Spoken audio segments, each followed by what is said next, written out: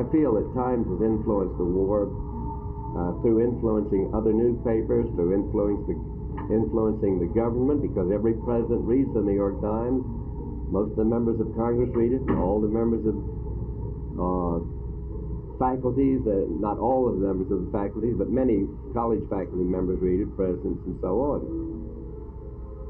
The Times has just an enormous influence. I feel that it affects the informational content of every literate mind in the United States. Well, you haven't said yet, I don't think you purport to say, that the Times is influenced by any agency or branch of the federal government. Is that true? It is. You don't believe it is? It's interlocking in the sense that the government frequently follows the advice of the New York Times. For instance, I believe the Times was the first to advocate the withdrawal on the wholly illogical principle that if the enemy wouldn't talk with us, then we'd have to withdraw to convince him that we were really in earnest. This has been this way since they have started the airport. They have now 4 or 5 phases of work, and this problem has gone forth.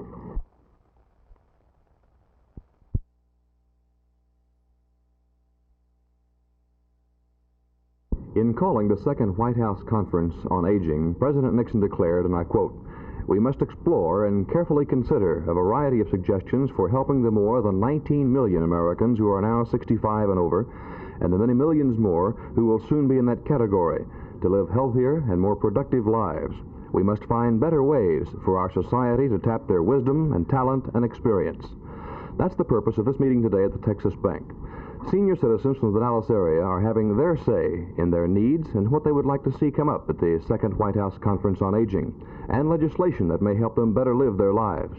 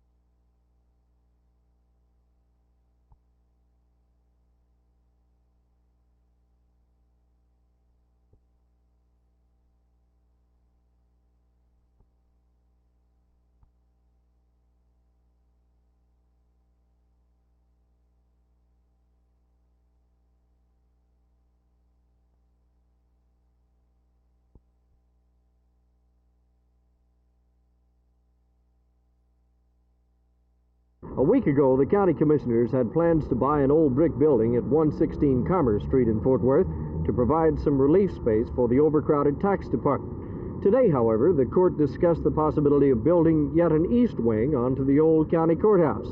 When the west wing was completed in 1958, it was felt that eventually the county would need to build an east addition. County Auditor Jack Benson is going over figures this week to determine the cost of such a structure.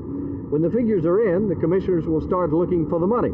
It's hoped that the county can borrow the cash without going to a bond issue. One way or another, the county is due for some much-needed extra office and storage space, and county department heads can already start breathing easier.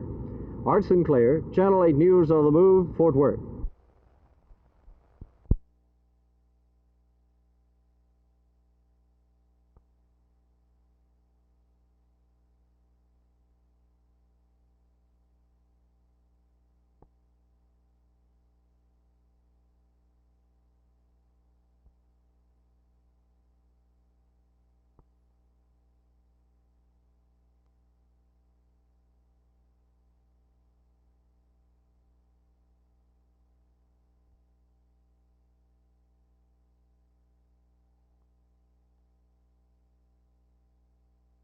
The city councils claim that the board should have its own autonomous power, and the board is refusing to take that power and is passing it to the city councils.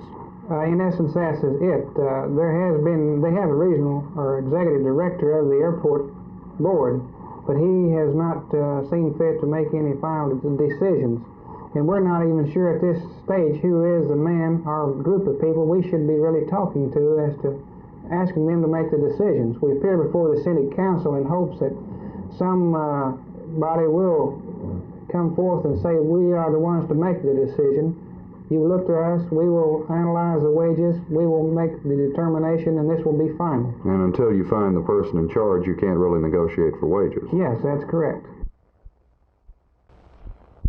We have lost 13 men since the first part of 1969. This was 13 men at the date we had our survey presented to the city council and to the city manager. Since June now, we've lost 3 more, 2 of these being experienced firefighters. This brings a total of 16 men since 1969.